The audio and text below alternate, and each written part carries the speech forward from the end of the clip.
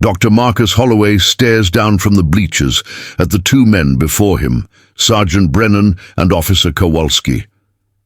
Silence fills the room. These are the same officers who, the previous night, threw him to the ground and handcuffed him with his face pressed against the concrete, without even giving him the chance to explain who he was. With surgical calm, he removes his glasses, places them on the process and says, looking directly at them, "I recognize you both. Perhaps you should have checked my American Bar Association membership card before handcuffing me." Before we dive into this compelling story about justice, power, and equality, please write in the comments where you are watching from. And if you believe that no uniform gives anyone the right to humiliate anyone, click like and subscribe to the channel right now, because what you are about to see is how Dr. Marcus Holloway, a black man, transformed his own humiliation into a historic act of accountability and courage, forever changing how the country views power and justice. Dr. Marcus Holloway wasn't expecting any trouble that Tuesday night. The 45-year-old respected Fairfax County Superior Court judge had spent the entire day at Alexandria Regional Hospital by his mother's side, who was recovering from delicate heart surgery. Visiting hours had already ended when the doctors reassured him, saying his condition was stable. Only then did Marcus allow himself to breathe a sigh of relief and go home. For the visit, he had set aside his suit and tie, a rare occurrence. He wore jeans, sneakers, and a navy blue sweatshirt, prioritizing comfort during the long hours in the hard hospital chairs. The casual clothes seemed out of place on his body, accustomed to the formality of the courtroom. On the way back, his Volvo XC60's fuel gauge was running low. He stopped at the Shell station on Winchester Boulevard in McLean, an upper-middle-class, predominantly white neighborhood. Marcus remembered reading, days before, about a series of robberies at bakeries and convenience stores in the area, but he didn't pay any attention as he inserted his credit card into pump number 3. The harsh white lights of the gas station cast long shadows on the damp asphalt, and his mind was still with his mother, alone in bed. That's when he noticed the police car slowly circling the station, like a predator stalking its prey. Inside were Sergeant Brennan and Officer Kowalski, partners for almost 3 years, white, tough, with the kind of demeanor that transforms authority into a threat. They were known in the department for hard work and were the ones who made the most arrests in the area.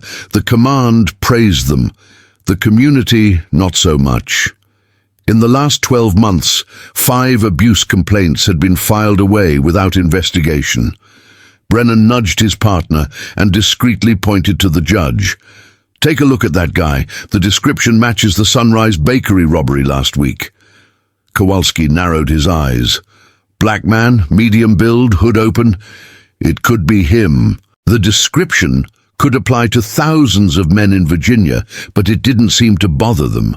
The police car stopped right behind Marcus's car, blocking his exit. He noticed the movement in his peripheral vision.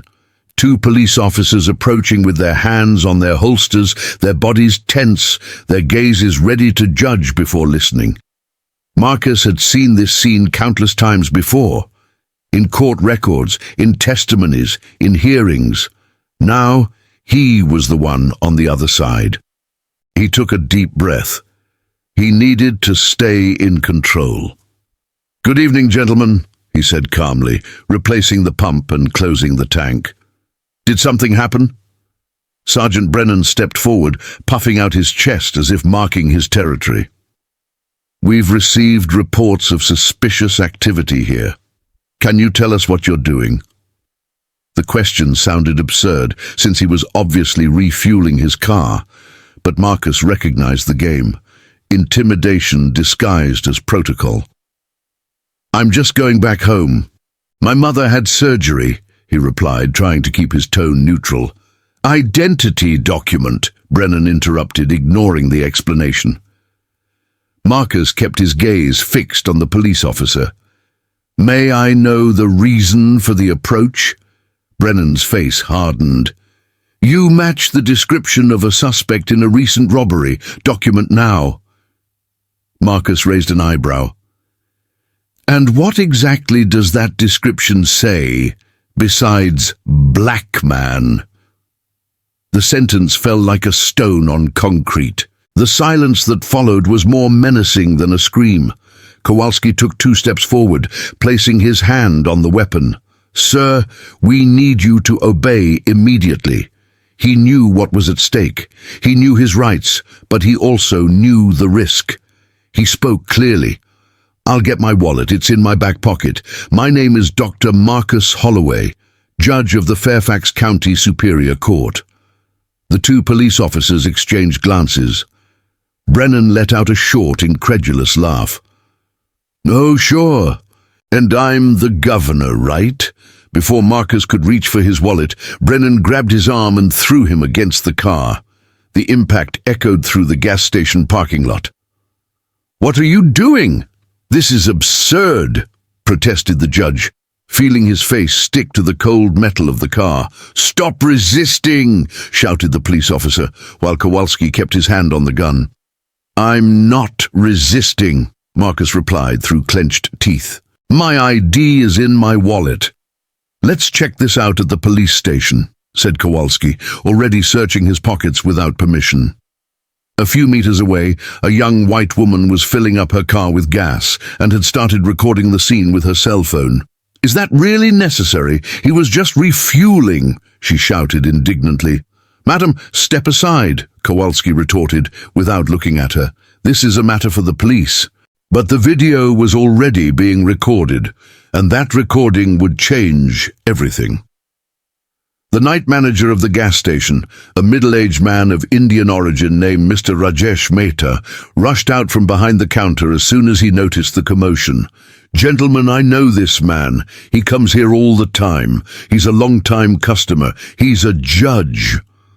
Sergeant Brennan turned abruptly, already leading the handcuffed Dr. Marcus Holloway toward the patrol car. So go back inside the building, or you will be arrested for obstructing police action. Marcus looked up and met the manager's worried gaze. Please call Dr. Vivian Chambers at the Fairfax Superior Court. Tell her what's happening. Rajesh nodded, visibly nervous, backing away as the police officers pushed Marcus's head down and forced him into the back of the patrol car, as if he were just any criminal. Through the side window, he could still see customers with cell phones in hand, filming everything, every second of that humiliating scene. This is a mistake, Marcus said, trying to keep his tone under control, though his heart was pounding like a drum. You're making a very serious mistake. Everyone says that, retorted Officer Kowalski, turning the ignition key and engaging the gear. As the gas station and his Volvo XC60 disappeared into the distance, Marcus's dignity and rights seemed to disappear along with them. The drive to the McLean police station took less than 10 minutes, but for him it felt like an eternity. Every pothole tightened the handcuffs around his wrists, a cruel reminder that he was now just another body in custody. Up front, the police officers chatted amongst themselves, as if they were transporting packages, not people. Another one thinking he's important, Brennan scoffed. Last week it was someone saying he was the governor's cousin. And there was that woman who claimed to be a neurosurgeon, remember? Kowalski added, laughing. 3 arrest warrants against her. Marcus remained silent. He knew that any word he said would be distorted. I also knew that that moment had nothing to do with justice. It was about power and humiliation. The police station was a low brick building with cold, white lighting that seemed designed to erase faces and stories. They parked in the back, away from any cameras or prying eyes. When they opened the door and told him to get out, Marcus straightened his back. Even handcuffed, he refused to lower his head. Inside the registration area, the air smelled of stale coffee and damp paper. Police officers typed reports without looking up. Sergeant Brennan pushed Marcus toward the front of the counter. "We caught a vagrancy suspect at the gas station. He matches the description of the robbery at Sunrise Bakery. He said he's a judge." Two officers nearby exchanged glances and laughed. The shift supervisor, a burly man with a tired expression, raised his head. "Name?" he asked without emotion. "Dr. Marcus Holloway. I am a judge of the Fairfax County Superior Court, and I demand my right to an immediate connection." "The boss just typed something, sure, but first empty your pockets on the counter." Marcus stood motionless. "I would like to make my call first, as the law stipulates." The mere mention of the law changed the atmosphere in the room. Their gazes hardened. The boss stood up slowly. "Look, doctor, it will be easier if you cooperate. Empty your pockets." Still handcuffed, Marcus replied with controlled composure, "I can't empty my pockets while I'm handcuffed. And I know my rights. I have the right to a phone call after the report is filed." Sergeant Brennan smiled, a humorless smile, and unlocked the handcuffs with a dry snap. "Okay. Now, let's see if you're all that." The physical relief was short-lived. The psychological burden remained the same. Marcus placed his belongings on the counter: wallet, cell phone, keys, hospital receipt, a half-eaten roll of mints. The boss opened his wallet and examined the documents indifferently. He swiped through his American Bar Association card, his professional ID card with the gold seal of the Fairfax County Superior Court, and didn't say a word. "Take off your belt and shoes," he ordered. Marcus obeyed. He felt the cold of the floor rise up into his socks. Each item removed felt like another piece of their own dignity being ripped away. As he looked at the indifferent faces around him, he thought about how many men had been there before, without knowledge of the law, without a voice, without witnesses. And he realized with a pang in his chest that he was now one of them. How many others had already been prosecuted by that same dehumanizing system without anyone witnessing the slow erosion of their own dignity? "Doctor," Marcus Holloway barely had time to breathe when a younger police officer carrying a cup of coffee approached the registration counter. He looked at the judge, hesitated, and then suddenly his eyes widened in surprise. "Dr. Holloway?" he asked, his voice wavering. The room, which until then had been teeming with noise and typing, was plunged into a piercing silence. Marcus looked up, recognizing the boy's face, but unable to remember where from. "Yes, officer?" "Nathan Garrett, sir." The young man took a deep breath. "You gave a lecture at the academy last year about constitutional rights during police encounters. He looked around uncomfortably, feeling the weight of his colleagues' stares. "Is everything all right here?" The sergeant in charge of reception frowned. "Do you know this guy, Garrett?" "Yes, sir," the young man replied with growing firmness. "He's a judge. I attended his lecture on legal procedures and respect for individual rights." The irony of that moment hung thick in the air. Everyone understood, and no one dared to comment. The sergeant, suddenly uneasy, picked up Marcus's police ID and examined the document more closely. The gold seal of the Fairfax County Superior Court reflected in the bright light of the police station. Officer Garrett approached and whispered something in the sergeant's ear. Instantly, the man picked up the phone and dialed an extension. "Captain Lindstrom, you need to come here immediately." In less than 2 minutes, the atmosphere at the police station changed completely. Captain Derek Lindstrom, a tall man with grey hair and an impeccable uniform, the guy who seemed to spend more time in interviews than on patrol, entered the registration area. His gaze, upon meeting Marcus, was a mixture of astonishment and panic, disguised as cordiality. "Dr. Holloway!" he exclaimed, forcing a diplomatic smile. "Apparently there has been a terrible misunderstanding." Marcus stared at him, cold as a blade. "Indeed, Captain, a misunderstanding about human rights, legal procedures, and the basic meaning of dignity." The captain's smile faltered.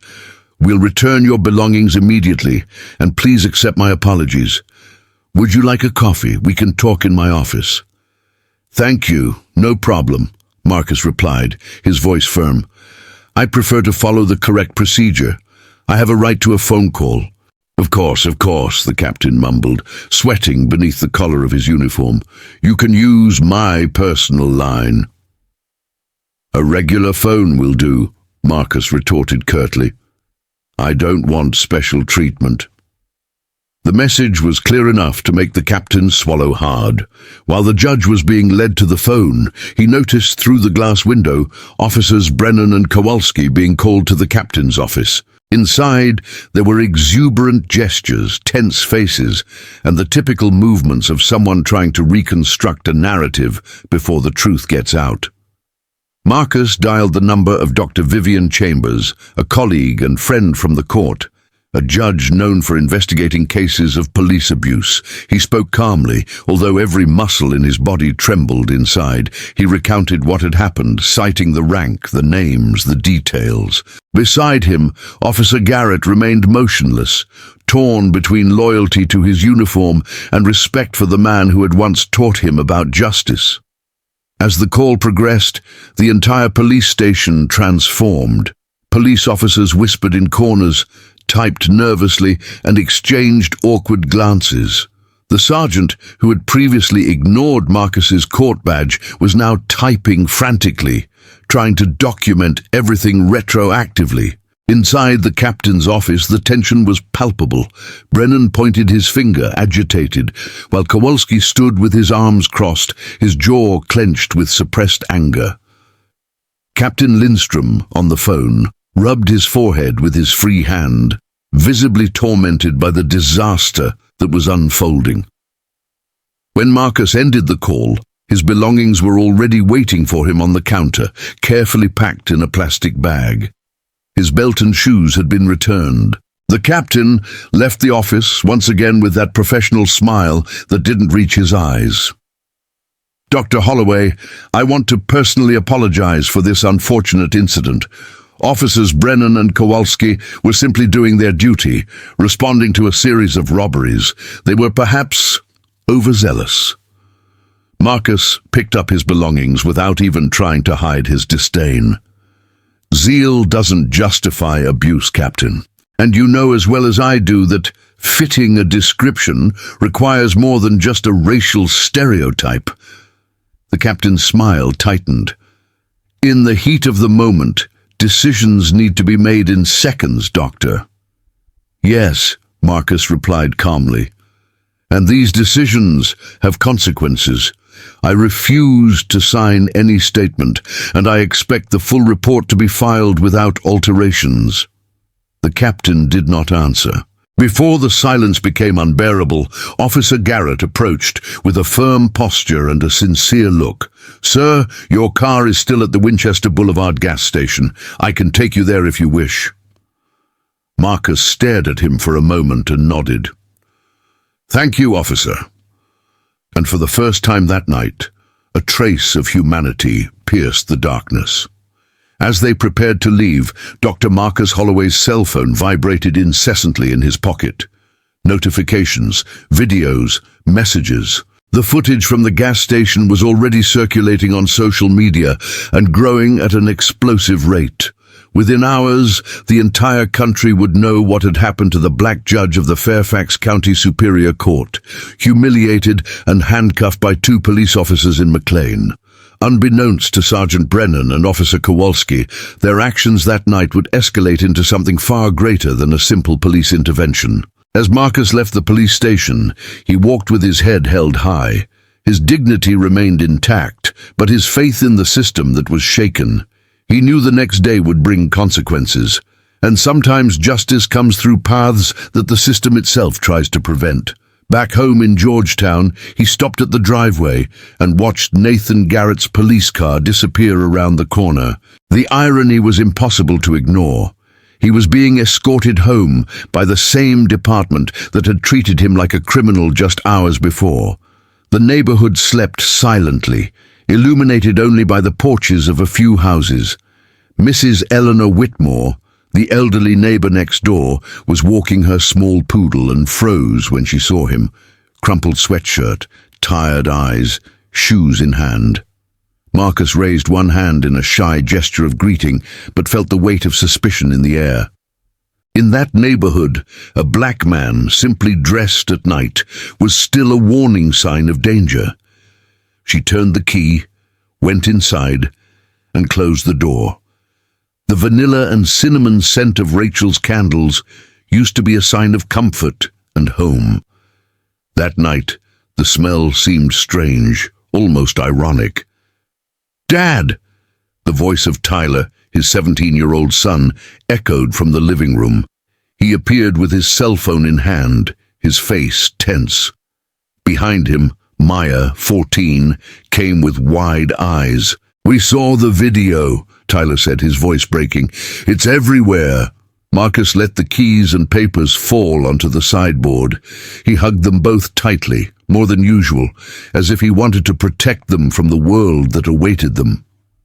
Over his children's shoulders, he saw Rachel, his wife, emerge from the kitchen.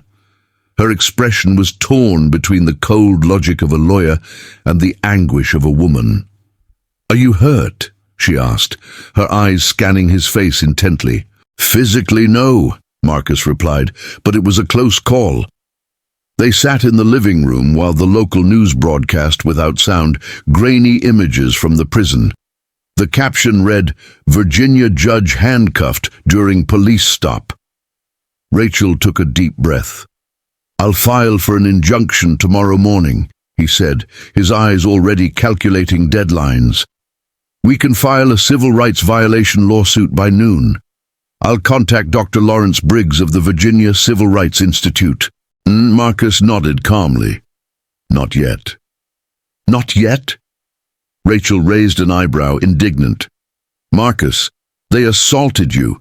This is the most blatant case of racial discrimination I've ever seen. We need to act now, while public opinion is on our side." "I have something different in mind," he said quietly. He looked at his children.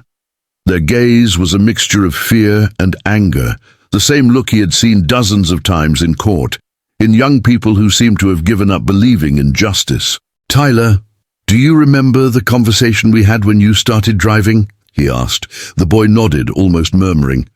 "Keep your hands visible. Speak respectfully. Don't move quickly. Ask permission for everything. And write down the vehicle's license plate number," Maya added in a whisper. Marcus took a deep breath. "I did all that tonight," he said, "and it didn't help." "Because they didn't see a judge," Maya added with tears in her eyes. "They only saw a black man." He nodded, his voice choked with emotion. "And for them, that was enough to make me a suspect." The cell phone vibrated again. It was Chief Judge Thomas Pemberton, president of the court.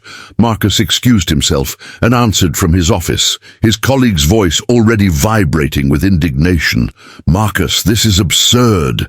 I've already called the police chief and the governor. There will be a full investigation." "Thank you, Thomas," he replied, sinking into the armchair. "Truly. Take a few days off, my friend," the chief judge insisted. "I'll personally redistribute your cases." Marcus was silent for a moment. Then he replied, "I prefer to stick to my schedule, especially tomorrow's." "Are you sure?" asked the magistrate, surprised. "No one would expect you to return so soon." Marcus looked at his laptop monitor, where a flood of notifications and hashtags continued to grow. "I have to, more than ever. I need to be in that courtroom tomorrow." And as he closed his notebook, Dr. Marcus Holloway already knew. The next day, he wouldn't just be judging a case, he would be judging his own country. The video from the gas station went viral. In just a few hours, it had already garnered hundreds of thousands of views, shares, and heated debates. The comments section was a predictable mix: profound indignation and the same old racist justifications disguised as opinions. TV channels and news portals began reporting on the case. Black judge handcuffed in police encounter in Virginia.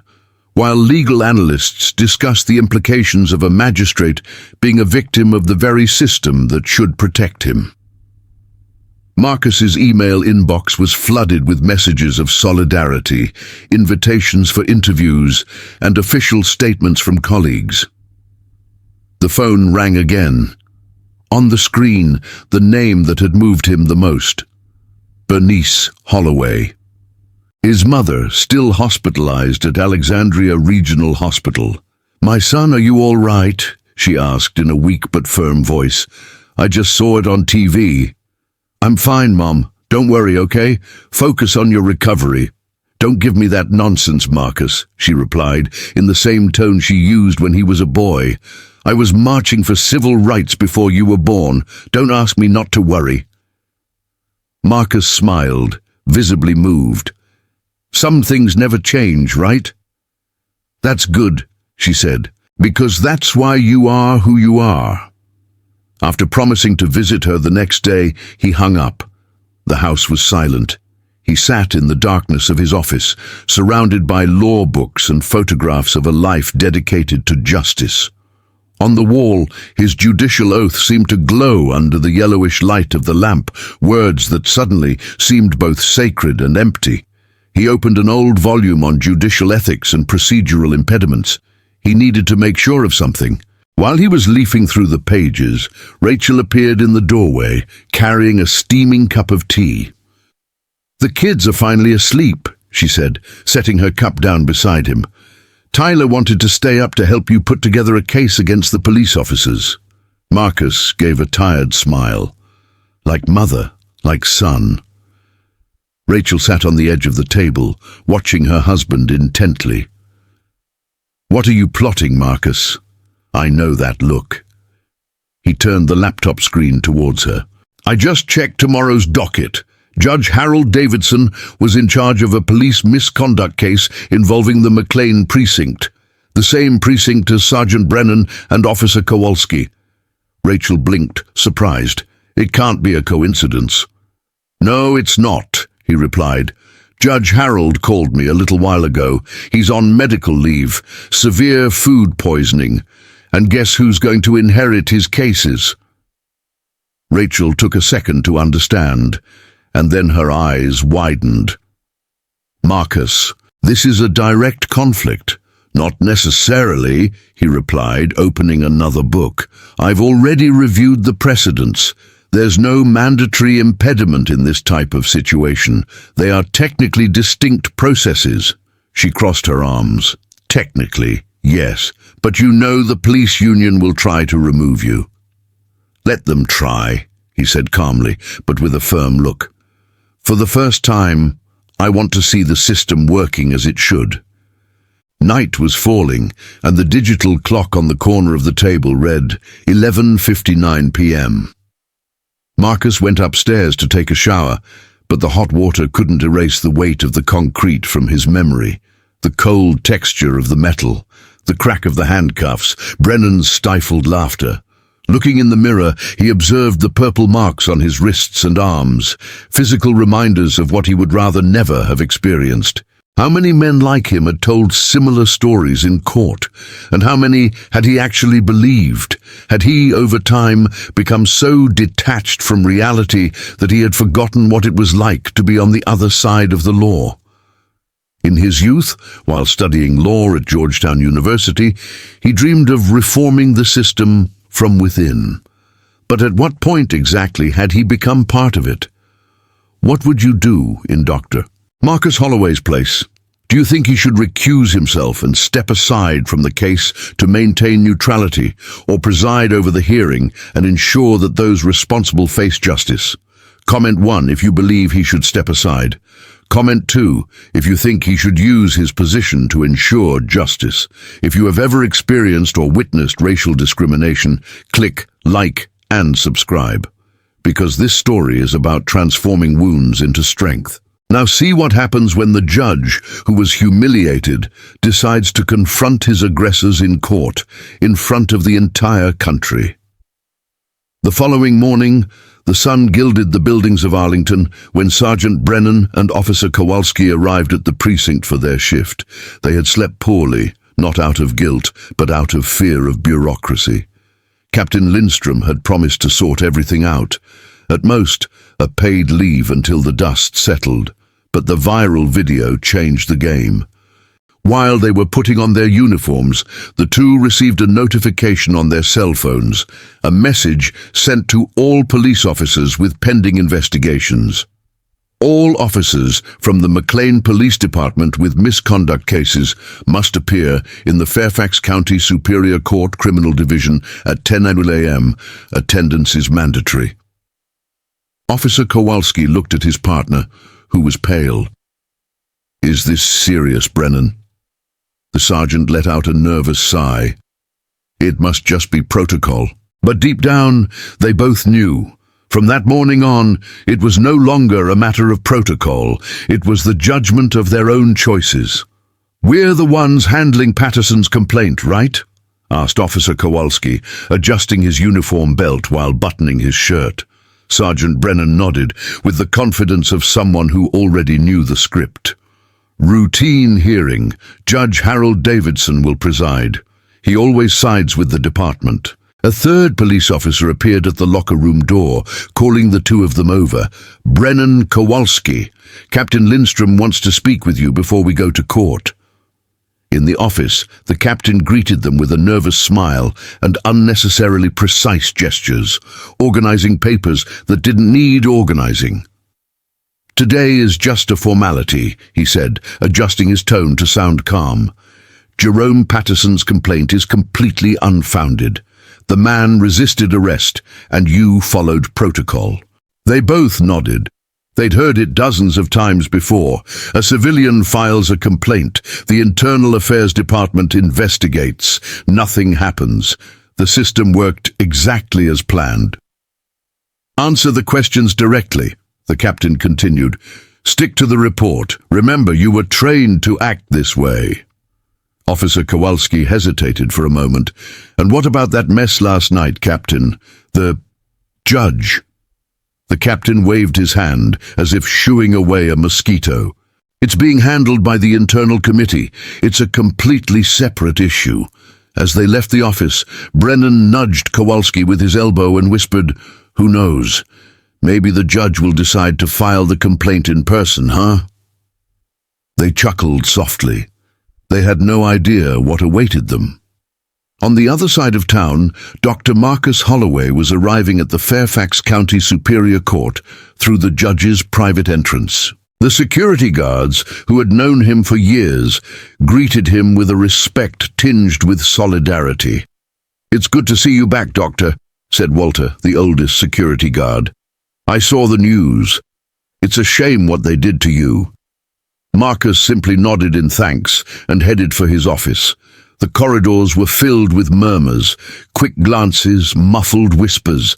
The toga hanging behind the door seemed heavier, more symbolic. A firm knock interrupted her thoughts. The door opened. It was Dr. Vivian Chambers, a colleague on the courtroom and a close friend. She entered without asking permission, closing the door behind her. "You should have called me the moment that happened," she said bluntly. Vivian, known for her frankness and for never mincing words, had a hard but worried look in her eyes. "I heard you're going to be taking over Judge Harold's agenda today." "Yes, food poisoning," Marcus replied, organizing the files on the table. "And that includes the police misconduct hearing at the McLean precinct, right?" He nodded. "I've already considered the risk of conflict, Vivian. I've reviewed the judicial ethics guidelines. There's no technical impediment." "Technician," she repeated, just as Rachel had done the night before. "The police union is going to complain." "What a mess," he replied firmly. "Tell me, Vivian, when was the last time a police officer actually faced consequences in this court? Or in yours?" She didn't answer. There was no need. They both knew the statistics, hundreds of complaints, almost no punishment. "You're walking on eggshells, Marcus." "I know," he replied. "But sometimes That's exactly where justice needs to be. Vivian took a deep breath, carefully choosing her words. "I'll be in the next room if you need backup," he said, already at the door. Before leaving, he glanced over his shoulder. "And to be honest, I think you're right. Just be careful." A few minutes later, Jennifer Hayes, his assistant, entered the office with a stack of documents. "Your Honor, new attachments have arrived regarding the McLean Precinct misconduct case," she said, setting the folder down on the table. "Oh, and there's unusual media interest today. Thank you, Jennifer. Please ask security to reinforce access control." As soon as she left, Marcus opened the file. On the cover, Jerome Patterson, 24, a resident of the north side of town, denounced excessive use of force and racial discrimination during an encounter. The names of the police officers leaped off the page like cold blades. Sergeant Brennan, Officer Kowalski, the same. A chill ran down her spine. The internal affairs investigation predictably exonerated the officers, even with eyewitnesses corroborating the victim's version. The files contained the records of both: 5 complaints against Brennan, 7 against Kowalski, all dismissed or lacking sufficient evidence. The pattern was clear and perversely familiar. There was a knock on the door.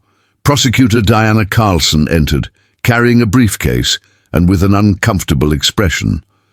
"Good morning, Dr. Holloway," she said in a neutral tone. "Good morning, prosecutor," he replied. "I imagine you're here to discuss the possibility of disqualification." She nodded with visible hesitation. Considering yesterday's incident, the department expressed concern regarding its impartiality. Marcus kept his gaze calm. "I have thoroughly reviewed the ethical guidelines," he replied. "There is no formal requirement to recuse myself.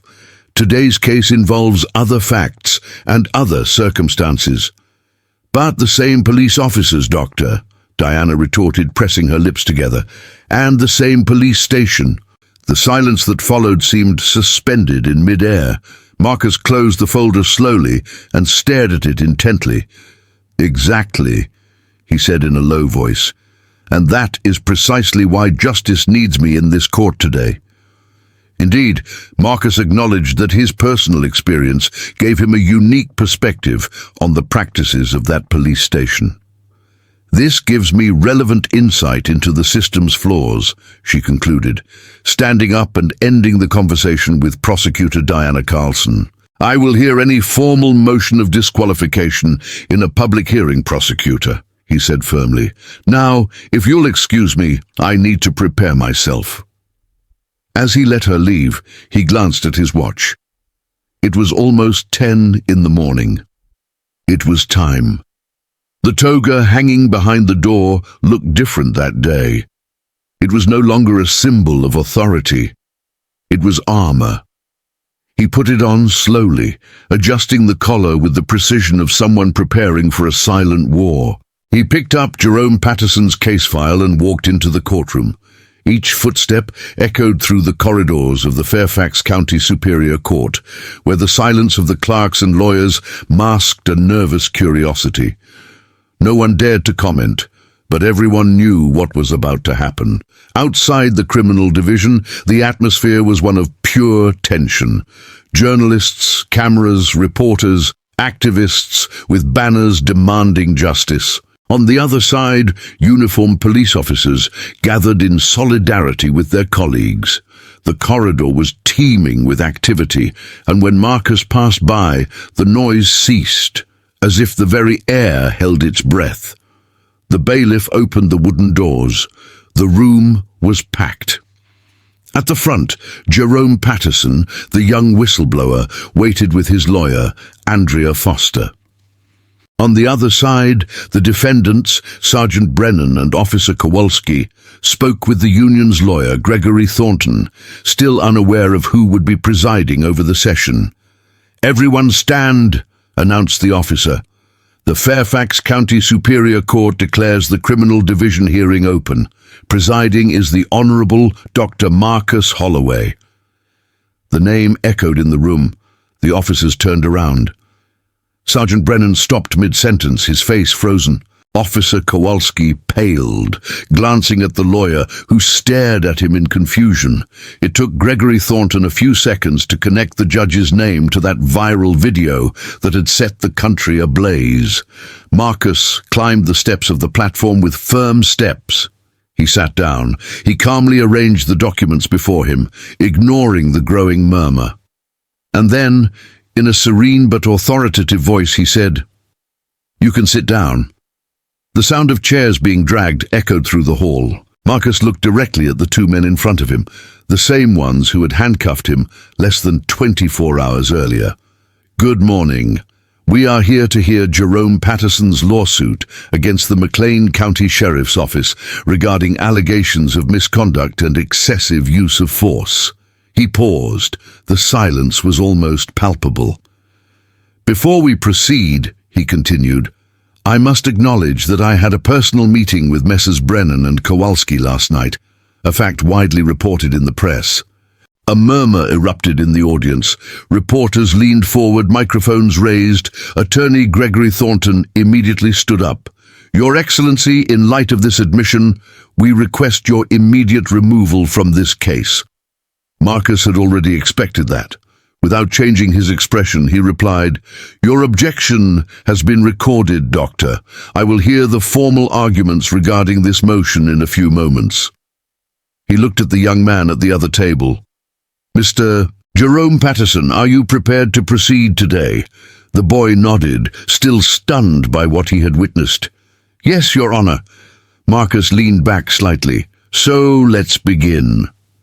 He looked at the plenary session and spoke clearly. "Justice must not only be done, but it must be seen being done. The question is, can I preside over this case impartially? I believe so, but I will listen to arguments to the contrary." He made a gesture to the lawyer. "Dr. Thornton, please present your motion." Union lawyer Gregory Thornton stood with the experienced confidence of someone accustomed to dominating courtrooms. His expensive grey suit and grey hair reinforced his image of authority, but his voice betrayed a slight nervousness. "Your Excellency, considering your personal interaction with my clients yesterday, there is a clear potential for bias. The Code of Judicial Conduct is explicit. The mere appearance of impropriety requires recusal." Marcus listened without interrupting, his hands clasped on the table. "Furthermore," Thornton continued, "you have personal knowledge of controversial facts related to these police officers, which constitutes an insurmountable conflict."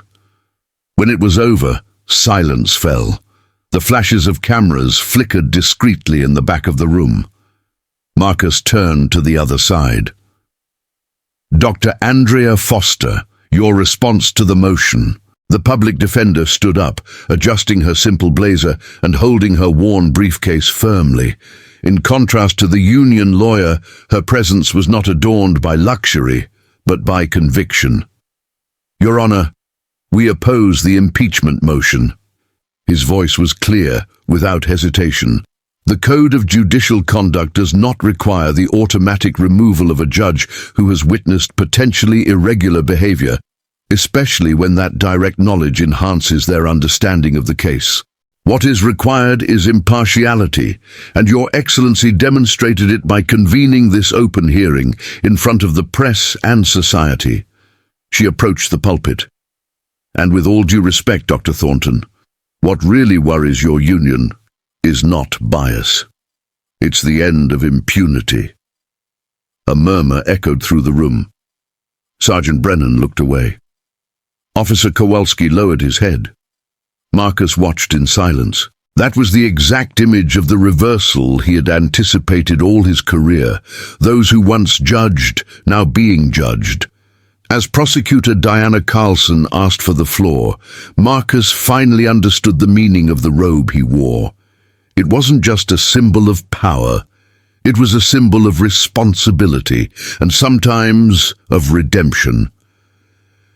The incident involving you and those officers is distinct from this case, Your Honor, began Dr. Andrea Foster, maintaining a firm and respectful tone. In fact, it provides valuable context about the recurring behavior of these officers. She paused briefly, measuring her words. The judiciary does not require the removal of a judge simply because he possesses relevant knowledge. If we followed that logic, no judge with experience in criminal law could preside over a criminal case. Marcus nodded silently. Thank you, Doctor. He then turned to the prosecution's side. Prosecutor Diana Carlson, what is the public prosecutor's office's position? Diana stood up slowly, visibly cautious. The public prosecutor's office does not comment on the impediment, Your Honor. We respect Your Excellency's judgment on matters of judicial ethics. The diplomatic response was a precise reflection of the public prosecutor's office's reluctance to confront the police. Marcus knew this, and he had already made his decision hours earlier after carefully reviewing the rules and precedents. He straightened his posture, adjusted his glasses, and announced, "The request for disqualification is denied." A murmur swept through the courtroom. Attorney Gregory Thornton immediately stood up, his voice thick with indignation. Your Excellency, this is unprecedented. You had a personal confrontation with my clients. Marcus raised his hand, asking for silence. Dr. Thornton, allow me to clarify something. Justice must be blind, but this blindness refers to impartiality, not ignorance. His voice resonated firmly, cutting through the air like a sentence. My experience doesn't disqualify me. On the contrary, it gives me a clearer perspective on police practices that have historically affected thousands of Americans. He leaned slightly forward. If we follow your logic, a judge who has suffered medical malpractice could never judge a negligence case. A judge who witnessed an accident could never judge a traffic case. Or even worse, a judge who has seen or experienced racial discrimination could never judge a racism case. The room fell into absolute silence. The camera flashes ceased. Even the uniformed police officers in the background seemed to hold their breath. The oath we all took, Marcus continued, requires us to administer justice without distinction of persons. But that doesn't mean we should ignore the reality in which these people live. Her voice became lower, more human. I am fully capable of separating my personal experience from the facts of this case. Thornton looked ready to protest again, but Marcus interrupted him before he could. Your objection has been recorded, Doctor. We will proceed with the hearing. She turned to the defender. Dr. Foster, you may call your first witness. Andrea nodded. The whistleblower's name is Jerome Patterson. A young black man, dressed in a simple suit and a slightly crooked tie, stood up slowly. The tension was palpable in his movements. After taking the oath, he sat down at the podium, keeping his gaze shifting between the judge and the two police officers who had handcuffed him months before. Mr. Patterson, please, the defense attorney began. Tell the court what happened on the night of March 14th of this year. Jerome took a deep breath. I was returning from the hospital where I work as a nursing assistant. It was almost 11:30 p.m. when I noticed a police car following me. I wasn't speeding, I hadn't done anything wrong, but they followed me for about 5 blocks before turning on the siren. As he described what had happened, Marcus watched intently, recognizing a pattern all too familiar. The flimsy excuse for the approach, the immediate aggression, the escalation when the citizen dares to question. They said my taillight was broken, but then the repair shop confirmed it was perfect, the young man continued. They asked where I was coming from and where I was going. When I questioned the reason for the stop, the sergeant told me to stop causing trouble. He shook his head, his eyes welling up with tears. They told me to get out of the car. They said they smelled marijuana. I told them they could search me, that I don't use drugs, but that I wanted to know the reason for the stop. And what happened next? Andrea asked. Officer Kowalski grabbed my arm and pulled me out of the car. They threw me against the hood and handcuffed me. Sergeant Brennan said I was resisting, but I wasn't. They searched the car and found nothing, yet they still arrested me for resisting arrest and obstruction of justice. The audience stirred. Marcus maintained a neutral expression, but his hands were firmly on the table. Andrea called the next witness, a woman who had filmed the incident from across the street. On the screen, the cell phone video showed Jerome with his arms raised, calm, while the police officers restrained him. No sign of resistance. The recording completely contradicted the police report, which described him as aggressive and disobedient. Next, 2 new witnesses took the stand, former complainants against the same police officers. Both were black men. Both told nearly identical stories: unjustified stops, immediate violence, and fabricated arrests for resistance. As the testimonies piled up, the defendant's nervousness grew. Brennan and Kowalski whispered anxiously to their lawyer, while Gregory Thornton rubbed his forehead, trying to contain the chaos. When the defense attorney presented the body camera footage from the police officers themselves, the discrepancy between what they said and what they did became glaring. In the video, there was no sign of resistance, no crime, only abuse. Marcus watched in silence. He had seen that look dozens of times before, but now he recognized it more clearly, the mixture of fear, despair, and disbelief that takes hold of someone who realizes, too late, that their actions have consequences. That morning, the entire court witnessed something rare: justice ceasing to be just a promise and beginning to be fulfilled. Body camera footage showed Jerome Patterson cooperating from start to finish, even as officers Brennan and Kowalski became increasingly aggressive. But then, something caught everyone's attention. From this point on, the recording has a technical glitch, noted public defender Andrea Foster, pausing the video on the screen. Both officers' cameras stopped working precisely at the moment Mr. Patterson began to be handcuffed. A murmur rippled through the courtroom. The coincidence was all too familiar to anyone who had ever worked in public safety. The cameras always fail the instant the violence begins. Meanwhile, attorney Gregory Thornton was trying to stay afloat. His objections came in quick succession, but each one sounded weaker, more desperate than the last. His client's case was falling apart before everyone's eyes. Dr. Marcus Holloway, however, remained impeccably impartial. He accepted objections when justified and rejected them when unfounded. No observer could say that he allowed his personal experience to interfere with his judgment, although the parallels between the Jerome Patterson case and his own were undeniable.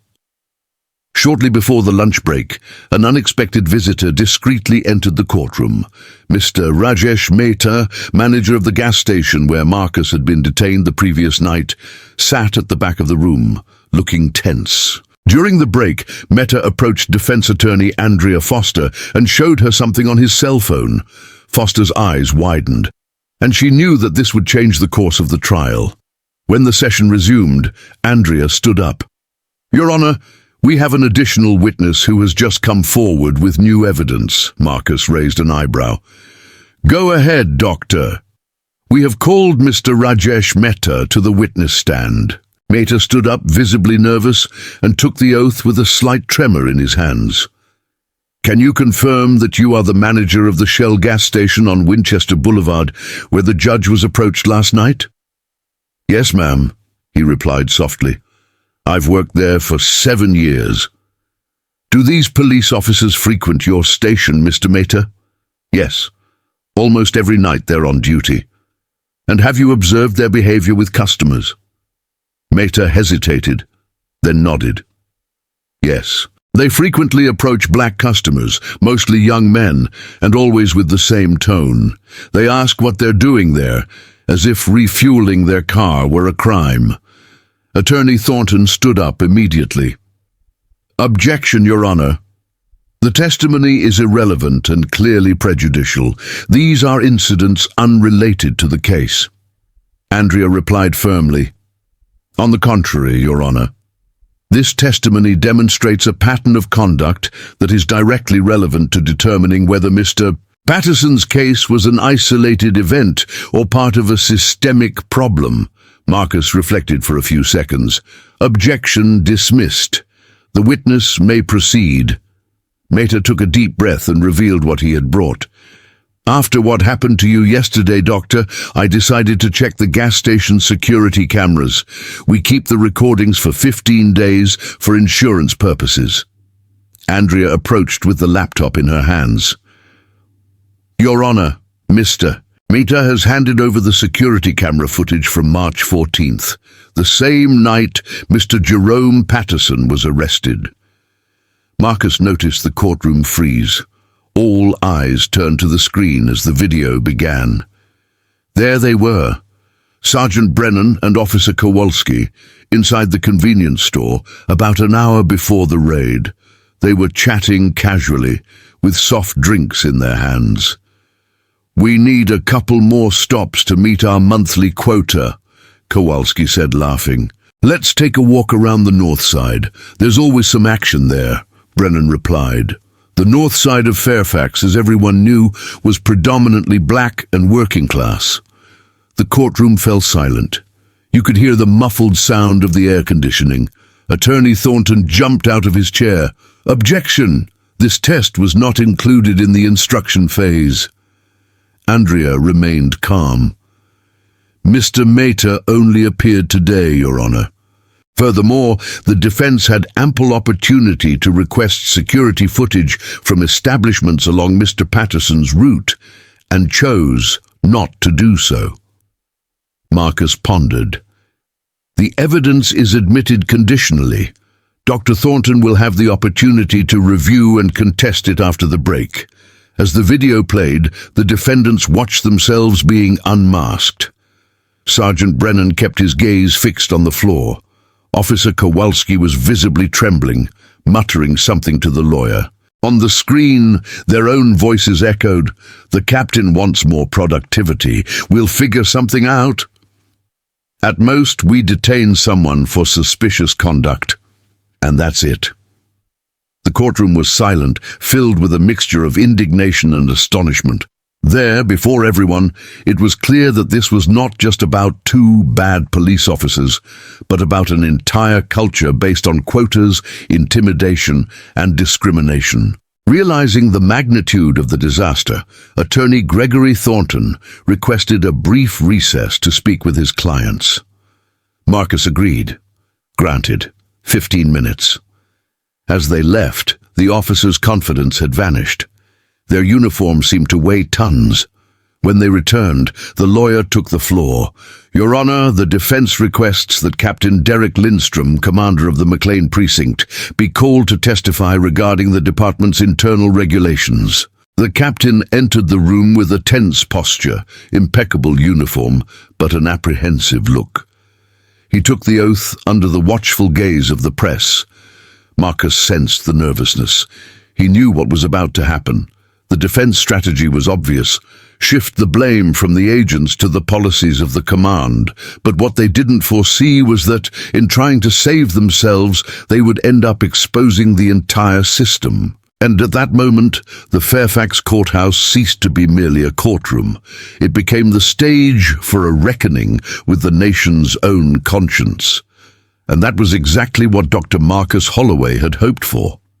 From the start, Captain Derek Lindstrom's testimony sounded like a rehearsed defense of the department, a polished showcase for the cameras and the public. With 27 years of service, Lindstrom demonstrated authority and confidence as he described the corporation's supposed principles. Our police officers are rigorously trained in constitutional rights, he declared. We emphasize de-escalation and a proportionate response in all situations, but the facade began to crumble under the meticulous questioning of defense attorney Andrea Foster. Captain Lindstrom, does your department use any kind of quota for traffic stops or arrests? The captain shifted in his chair. We have performance metrics, not quotas, he replied, trying to maintain a calm tone. Police officers are expected to be proactive. Andrea crossed her arms. And how exactly are these metrics measured? Based on the number of approaches, the number of arrests, he replied, after a brief hesitation.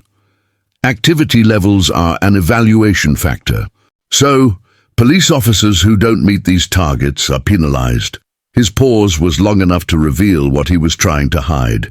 Your evaluations may indicate less initiative. Andrea nodded, her voice firm. So in other words, they have an incentive to carry out raids, even without constitutional justification. Attorney Gregory Thornton stood up quickly. Objection. Conclusive and interpretative. Denied, Marcus replied without taking his eyes off the captain. The witness can answer that. Lindstrom tried to compose himself, but the damage was done. The audience in the courtroom murmured. The press noted every word.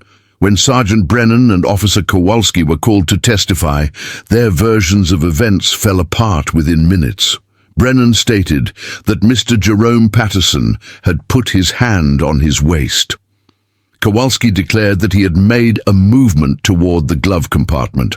Neither of these gestures appeared in the body camera recordings. And even worse, neither was mentioned in the original reports.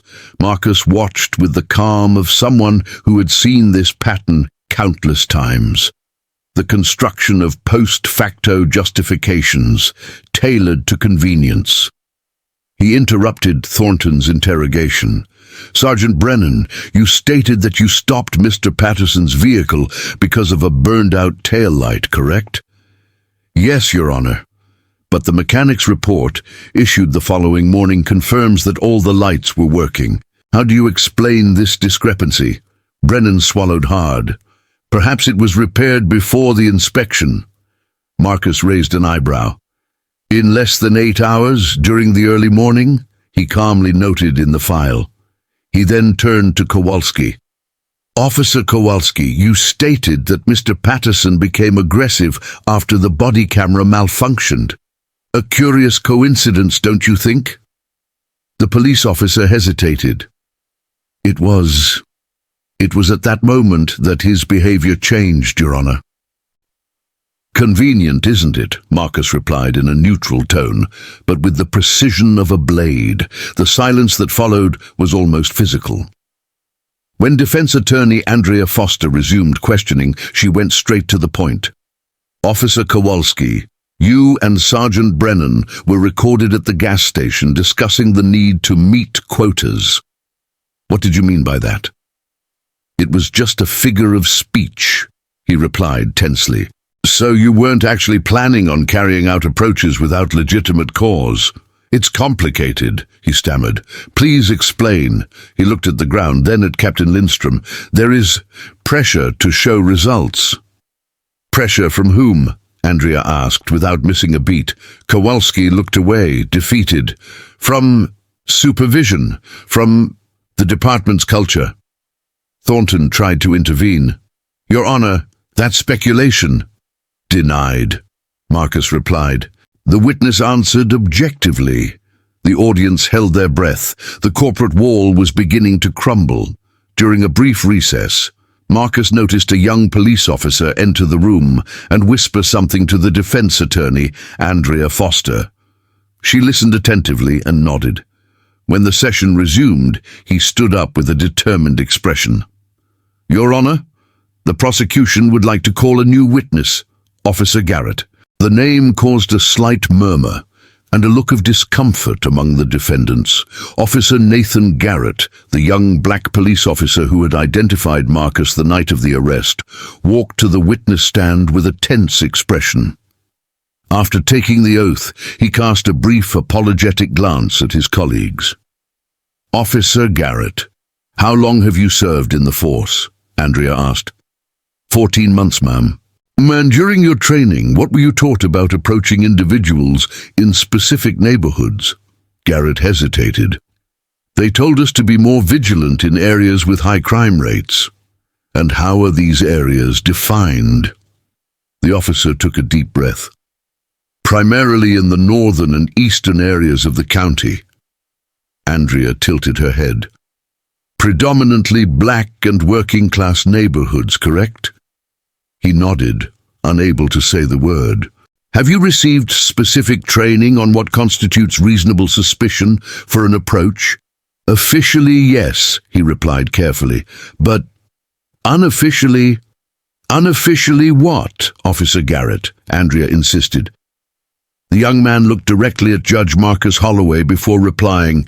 We were told that a black man driving a luxury car in a wealthy neighborhood was suspicious, that a young black man in a hooded sweatshirt was suspicious, that certain movements, depending on who made them, were interpreted in a broad way. The court was completely silent. No objections. Not a word. What was once rumor now became a recorded truth. A truth that would echo far beyond the walls of the courtroom, and that would forever mark the name of Marcus Holloway, the judge who had the courage to let the entire country witness justice finally looking in the mirror. Attorney Gregory Thornton stood up, furious. Objection, Your Honor, that's pure speculation. The police officer is expressing a personal opinion.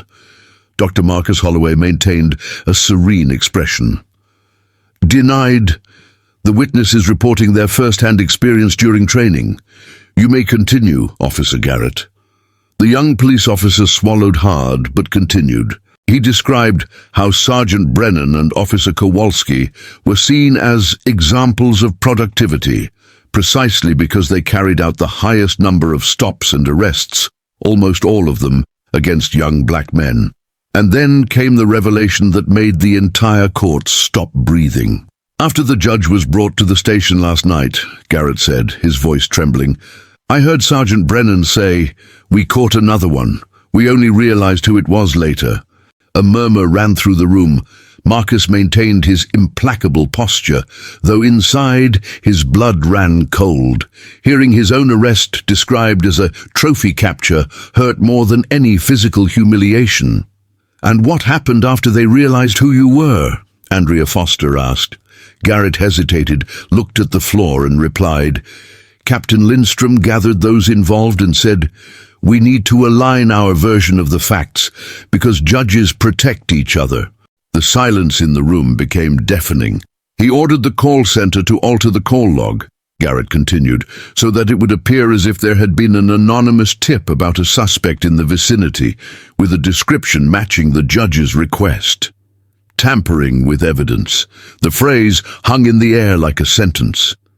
Captain Lindstrom's face paled. The audience reacted in shock. As the testimony continued, Officer Kowalski seemed to be waging an internal battle. His hands trembled. His gaze alternated between the judge and the floor. Finally, during a recess, he approached the lawyer and whispered something intensely. When the session resumed, Gregory Thornton stood up. Your Honor, Officer Kowalski has requested a private meeting with Your Excellency, your defense attorney and the defense counsel. Marcus nodded. Approved. Meet in my office.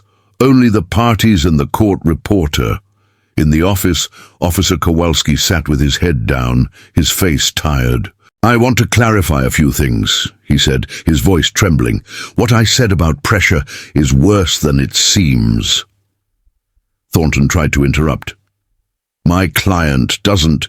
That's enough, Doctor, Kowalski interrupted, staring at the floor. This needs to end. He turned to the judge. We are trained to write reports using certain expressions. Suspicious movements, matches description, seemed nervous. These are code words to justify approaching someone when there is no real suspicion. A heavy silence filled the room. Marcus took a deep breath. And last night, with me... Kowalski looked at him, dejected. We had no reason to stop you, Doctor. None. Just the fact that you were a black man at a gas station in an upscale neighborhood. Marcus finished the sentence calmly. In other words, my only mistake was being in the wrong place. The police officer nodded. "That's how the system works, Your Honor. We're rewarded for being proactive, but only in certain neighborhoods with certain people." His words echoed in the room like a verdict against an entire institution. His testimony not only destroyed the defense, it placed the entire command structure under accusation. When they returned to the courthouse, the news was already spreading through the corridors. Officer Kowalski was cooperating. Sergeant Brennan glared at him with hatred, Captain Lindstrom with sheer panic. The press whispered. The public held its breath. Prosecutor Diana Carlson stood up. "Your Honor, in light of the new evidence, the Public Prosecutor's Office requests a brief recess to reassess the prosecution's position." Marcus agreed. During the break, the murmurs grew louder. Many of those present, residents of communities, activists, mothers of young people killed by the police, wept silently. They had never seen police officers held accountable. When work resumed, the atmosphere had changed. The air seemed heavier, but also more hopeful. The prosecutor returned to the podium. "Your Honor, the Virginia District Attorney's Office announces the opening of a new criminal investigation encompassing the institutional policies of the McLean County Sheriff's Office and possible crimes of tampering with evidence and falsifying documents." A chorus of murmurs filled the room. It was something unprecedented. Attorney Thornton, pale, asked for the floor. "Your Honor, the defense requests time to negotiate a plea bargain with the prosecution." Before Marcus could answer, Sergeant Brennan stood up abruptly, his face red with anger. "This is a farce," he shouted. "We were doing our job. If you had cooperated instead of turning everything into a racial issue, none of this would have happened." The entire courtroom froze. Thornton desperately tried to silence him, but Brennan continued, spitting out venomous words. "You want special treatment. Just because he's a judge, he thinks he's above the law." Officer Kowalski pushed his chair back, horrified by his partner. The audience reacted with restrained indignation. The tension had reached its peak. Marcus waited a few seconds, allowing the truth to come out raw and unvarnished, without institutional veneer. Then he spoke, in a low but firm voice. "Officer Brennan, that's enough." Silence fell immediately. "Your words will be recorded in full in the court records," he told the court reporter. "Make sure you transcribe each one of them." He turned to the policeman, who was now trembling, realizing the magnitude of his mistake. "Sometimes," said the judge, with almost compassionate calm, "people reveal their true character under pressure. Thank you for your honesty, officer." The courtroom fell into absolute silence. The defense had completely collapsed. But the impact went far beyond that room. That morning in Fairfax, the entire system had just been confronted with a mirror, and for the first time in a long time, American justice seemed not just an institution, but an act of courage. What began as a simple hearing regarding a man's complaint ended up becoming something much bigger, a mirror reflecting an entire system of discriminatory policing. All because two police officers chose the wrong black man to approach at a gas station. And now, before cameras and crowds, the entire country watched the truth come to light. In the comments, Marcus invited the audience to participate. Do you believe that Officer Kowalski acted out of genuine remorse when he denounced the department's practices, or was he merely trying to protect himself when he saw everything crumbling? Click like if Sergeant Brennan's outburst shocked you, and subscribe for more stories that reveal the injustices hidden beneath the silence of institutions. Now tell me, what do you think should happen after this revelation? Departmental reform, criminal charges, or something more serious? During the remainder of the afternoon, the hearing evolved from a trial about individual misconduct to a full review of police practices. Gregory Thornton, the defense attorney, protested vehemently, "Your Honor, this case refers to two specific police officers, not the entire force." But Dr. Marcus Holloway stared at him firmly. "Doctor, Thornton, When evidence reveals that individual acts reflect institutional patterns, this court not only has the right, but the moral obligation to investigate the system. The public interest demands nothing less than this. With this decision, Marcus put the entire Fairfax police system on trial. Public defender Andrea Foster took advantage of the opportunity and called new witnesses. Residents, former police officers, and victims who had filed formal complaints against the McLean Police Department came forward. The testimonies were devastating. Black residents were stopped at rates 5 times higher than white residents. In wealthy neighborhoods, concrete suspicion was required for a stop. In working-class neighborhoods, it was enough to be in the wrong area at the wrong time. A community activist presented data obtained through the Freedom of Information Act, analyzing 5 years of records. Reports show that skin color is in practice an informal criterion for patrolling, he explained. Police officers who focused their patrols on black communities were rewarded with better evaluations and faster promotions. Andrea displayed graphs projected onto the screen. Each bar, each percentage, represented real lives. And the court fell silent. Next, Professor Evelyn Brenner, a criminal justice expert from Georgetown University, was called upon. She explained with surgical precision terms like suspicious behavior, sudden movements, or matches description seem neutral on paper, but they are coded language, expressions used to mask racial profiling. These terms create a plausible denial, the illusion of objectivity while perpetuating discrimination. The audience reacted with murmurs of indignation and surprise. For many, it was the first time they had heard a technical explanation of what they had been experiencing for decades. Around 4 o'clock in the afternoon, Commissioner William Hargrove, chief of the Fairfax County Police Department, arrived at the courthouse. He was visibly tense, sweating beneath his dark suit. During a break, he tried to request a private meeting with the judge.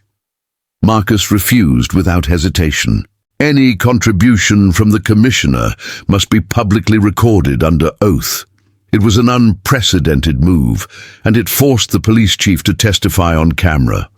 Our department categorically rejects any form of racial profiling, Commissioner Hargrove stated, adjusting the microphone. But the tension was palpable. Department policies expressly prohibit the use of skin color as a factor in patrolling decisions. Defense attorney Andrea Foster conducted the interrogation with composure. Commissioner, if your policies prohibit racial profiling, how do you explain the numbers presented here today? Hargrove stirred. There are many factors. Crime rates, volume of incidents, allocation strategies. Andrea interrupted him. Even controlling for all these factors, skin color is still the biggest predictor of police interaction in Fairfax. How do you explain that? He remained silent. The camera flashes went off like gunshots. Outside the Fairfax County Superior Court, the crowd had grown larger. Newspapers and national broadcasters covered every detail. People held signs that read, "Justice for all and end racial profiling." The case that began with Jerome Patterson, a nursing assistant detained without cause, had already become a national watershed moment. And while the testimonies continued, a note arrived on the judge's desk. The mayor and several members of the city council are requesting an urgent meeting to discuss the implications of the case. Marcus read the note, took a deep breath, and put it aside. The entire country was now watching that courtroom, and he knew he wasn't just judging 2 men, he was judging an entire system and centuries of history. Once again, Dr. Marcus Holloway insisted that any conversation with representatives of public authorities should be officially recorded in the minutes. Transparency was not just a principle, it was the moral shield that underpinned the entire process. During one of the breaks, as he looked towards the back of the courtroom, Marcus felt his heart tighten. His wife, Rachel Holloway, had arrived, accompanied by their children, Tyler and Maya. They sat discreetly in the last row. The presence of his family was a comfort, but also a powerful reminder. Everything that was happening there didn't just concern him, but the world his children would inherit. When the hearing resumed, Officer Garrett returned to the podium. His expression was more serious than before. "Following my previous testimony," he began, "other colleagues approached me. They also want to report what happens within the department, but they are afraid of retaliation." Silence filled the room. This placed the judge in an ethical dilemma. These police officers were not part of the process, but their testimonies could be crucial to understanding the scope of the problem. After listening to lengthy arguments from the defense and the prosecution, Marcus made a bold decision. The court will hear from these police officers in secrecy, with their identities protected until legal protections are ensured for the whistleblowers. Gregory Thornton, the defense attorney, stood up indignantly. "Your Honor, this is irregular." "No, Doctor. This is justice," Marcus replied. "The search for truth must prevail, even if the path is uncomfortable." One by one, 5 police officers testified in secrecy. Their distorted voices echoed through the sound system, but the content was crystal clear and devastating. They confirmed everything: the unofficial productivity quotas, the internal rewards for those who made more approaches, the coded expressions used in reports, and the constant pressure to maintain the blue line, the unspoken pact to never question a colleague, regardless of what they did. One of the testimonies was particularly impactful. "We were taught that if we write suspicious movements or matches the description, the judge almost always validates the approach. It doesn't matter if the suspect was just coming home from work. Those words are a code to legitimize everything." The confession hung over the courtroom like a collective accusation. The system had its own grammar, and it was written in code. As the afternoon turned into evening, new documents came to light. Internal reports showed that police officers with a higher number of stops and arrests received better assignments, bonuses, and accelerated promotions. None of these evaluations mentioned respect for the Constitution as a criterion. Captain Derek Lindstrom, recalled to the podium, tried to maintain his composure. Andrea Foster pressed him. "Captain, the performance reports mention metrics for arrests and apprehensions, but no verification of the legality of these actions. Is this correct?" He hesitated. "We assume that our police officers act within the law." Marcus calmly intervened. "Captain, presumption is not public policy. Apparently, there is no systematic review that guarantees that." Lindstrom lowered his gaze, aware that any answer could be self-incriminating. Prosecutor Diana Carlson looked increasingly uncomfortable. Her own office had upheld dozens of convictions based on approaches like those now being exposed as illegal. As the session drew to a close, she stood and spoke in a tense voice. "Your Excellency, in light of the testimonies gathered today, the Virginia Public Prosecutor's Office requests time to review all protocols for receiving evidence and police testimony in criminal proceedings." The room reacted with murmurs. This was a historic change. If the Public Prosecutor's Office truly re-examined these practices, hundreds of cases could be reopened, exactly the kind of impact Marcus hoped to make. Realizing the direction the process was taking, Gregory Thornton made a desperate attempt to contain the damage. "Your Honor, my clients are ready to acknowledge that they made mistakes in the case of Mr. Jerome Patterson." But the judge shook his head slowly. "Mistakes, Dr. Thornton, are accidents. What we've seen here are patterns, and patterns require reform." It was too late for limited concessions. The court had already ceased to be a hearing room. It was now a stage for institutional transformation. When Marcus stood up to end the day, his voice echoed with serenity and moral weight. What we heard today goes far beyond the actions of individual police officers. The evidence points to systemic problems that threaten the constitutional rights of every American citizen. Tomorrow we will hear the closing arguments and discuss measures not only for this case, but for the integrity of the entire public safety system. The audience remained standing in respectful silence. As everyone left the courthouse, Marcus spotted Jerome Patterson embracing his family. The young man, who had only wanted justice for what he had suffered, was now at the center of a national milestone. The weariness was visible on his face, but there was also something new there. Pride, dignity, power. Across the corridor, Officer Kowalski walked out alone, head bowed, but with the look of someone who had finally done the right thing. Sergeant Brennan, on the other hand, kept his jaw clenched, refusing any eye contact, pushing reporters aside as he walked. From atop the steps of the Fairfax County Superior Court, Marcus watched the crowd and pondered the meaning of it all. What had begun as an unfair approach had become a call to national conscience, and he knew the true judgment was yet to come, in the streets, in the laws, and in the generations that would follow. Marcus Holloway remained seated alone on the bench as the courtroom finally emptied. The stacks of papers before him were more than just legal proceedings. They were a stark portrait of a country still struggling to achieve its own ideal of justice. What had begun as a personal episode of humiliation had transformed into something much bigger, a real chance for change. But how far could this change go? Would a single hearing have the power to shake such an entrenched system? Or would the weight of institutions accustomed to inertia end up stifling yet another attempt at progress? Marcus knew that the answers would depend not only on his decisions, but also on the continued pressure from society after the cameras stopped rolling.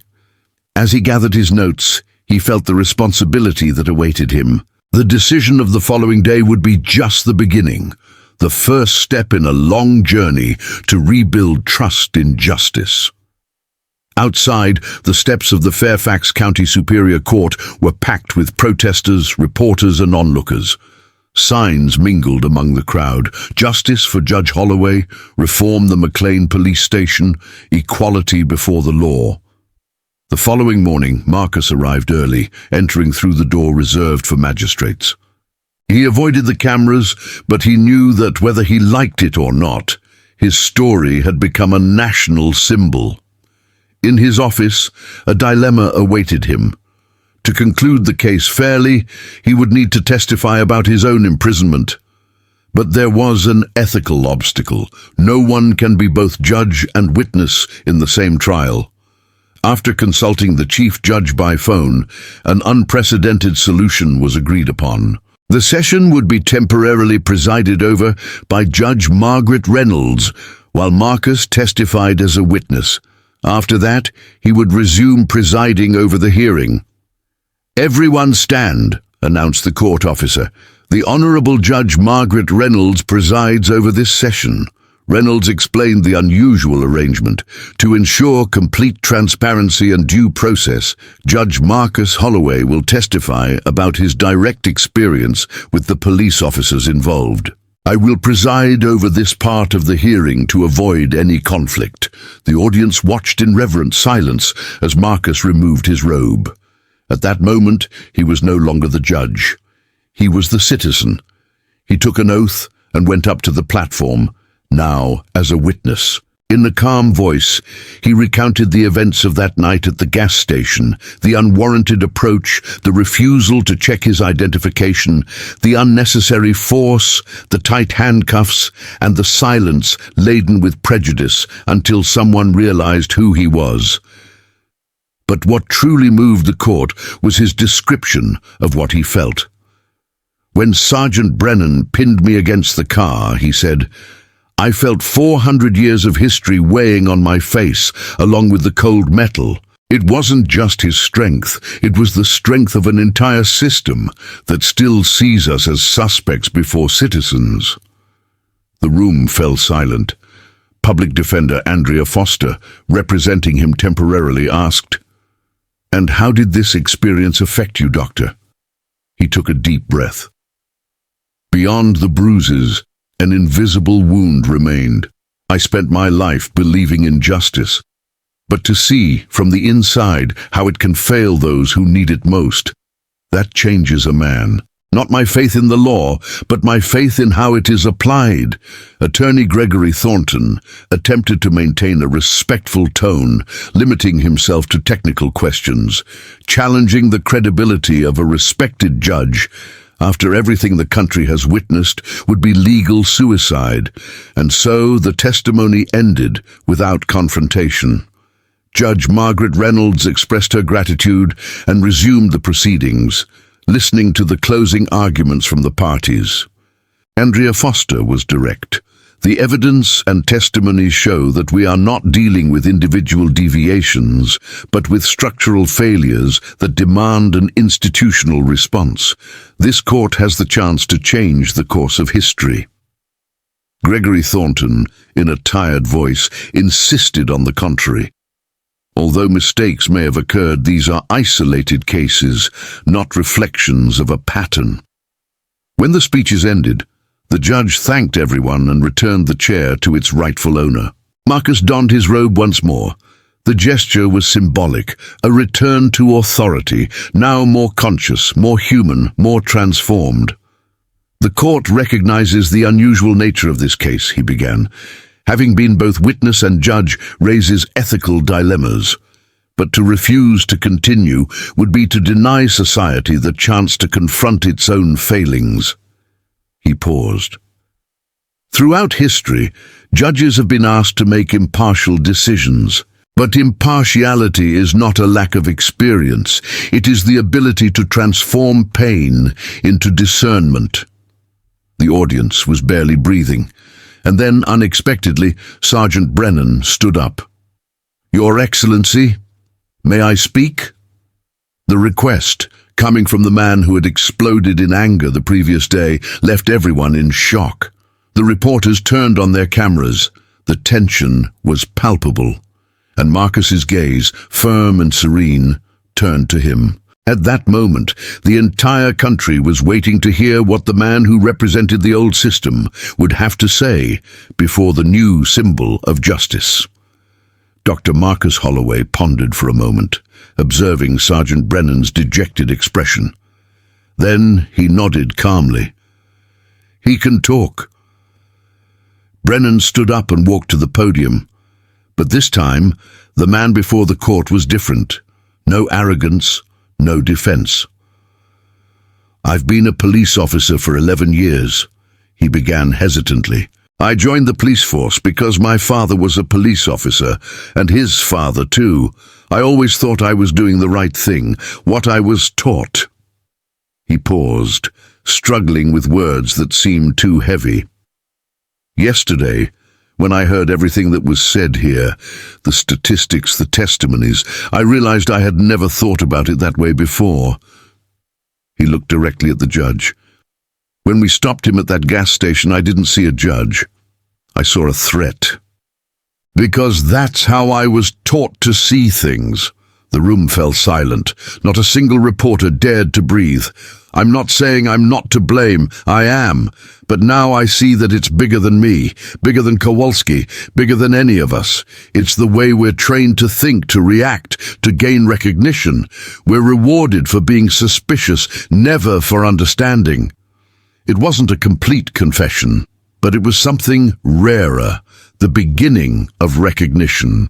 The first crack in a wall that had taken generations to build. Marcus simply nodded. No sermon could be more powerful than the silence that followed. Now, the decision remained. He gathered his notes and announced a brief recess to reflect on the verdict. When he returned, the tension in the room was almost palpable. The judge adjusted his robe and spoke in a firm voice. "This court concludes that Officers Sergeant Brennan and Officer Kowalski violated Mr. Jerome Patterson's constitutional rights through racial discrimination and excessive use of force." The murmuring ceased. Furthermore, the evidence demonstrates that these violations reflect institutional standards at the McLean Police Department, and not isolated incidents. He took a deep breath before continuing. Punishment must balance individual accountability and systemic reform. Therefore, this court determines the following.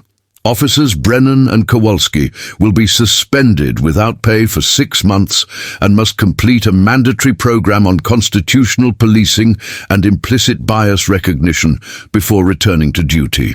The McLean Police Department is expected to implement comprehensive reforms, including the mandatory use of body cameras, with recordings reviewed by an independent civilian commission, as well as changes to performance criteria, prioritizing respect for human rights and the Constitution.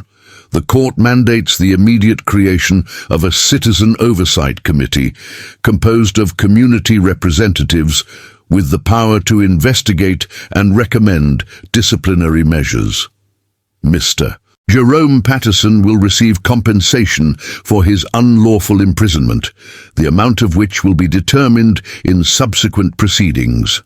Finally, the court orders a review of all arrests made by the McLean Police Department over the past 3 years, especially those based on vague justifications such as matches description or suspicious movements. As he read the sentence, Marcus observed the faces before him. In the front row, Jerome Patterson wept quietly.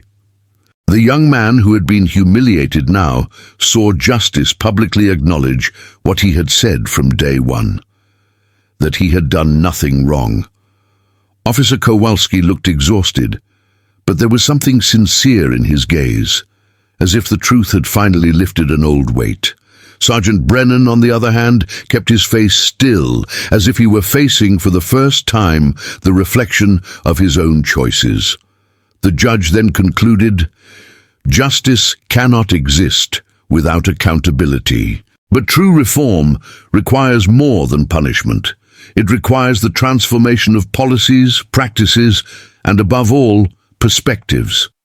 This transformation begins today, but its success depends on the continued commitment of everyone here, long after the cameras are turned off." With a firm bang of the gavel, Marcus ended the session.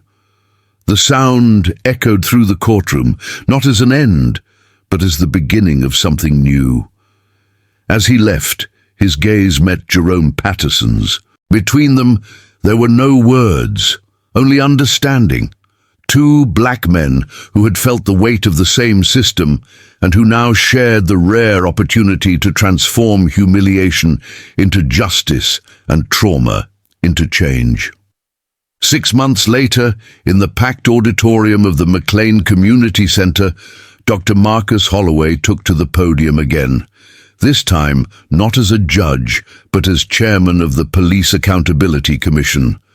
Behind him, a banner bore the words, "Transparency, Justice, Dignity."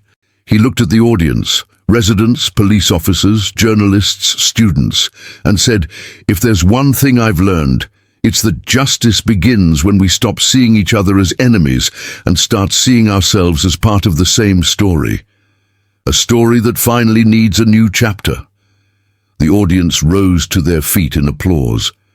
From the back of the audience, Jerome Patterson smiled discreetly. And in that instant, what had begun as a brutal encounter at a gas station had become a national symbol of a new beginning.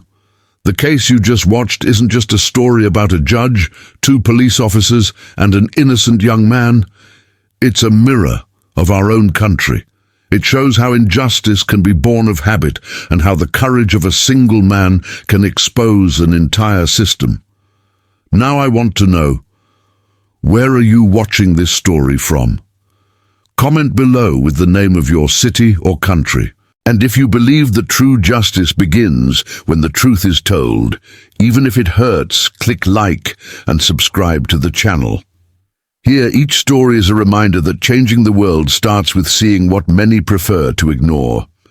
Get ready, because in the upcoming stories, we'll continue to reveal what happens when power, prejudice, and courage collide, and the result changes everything.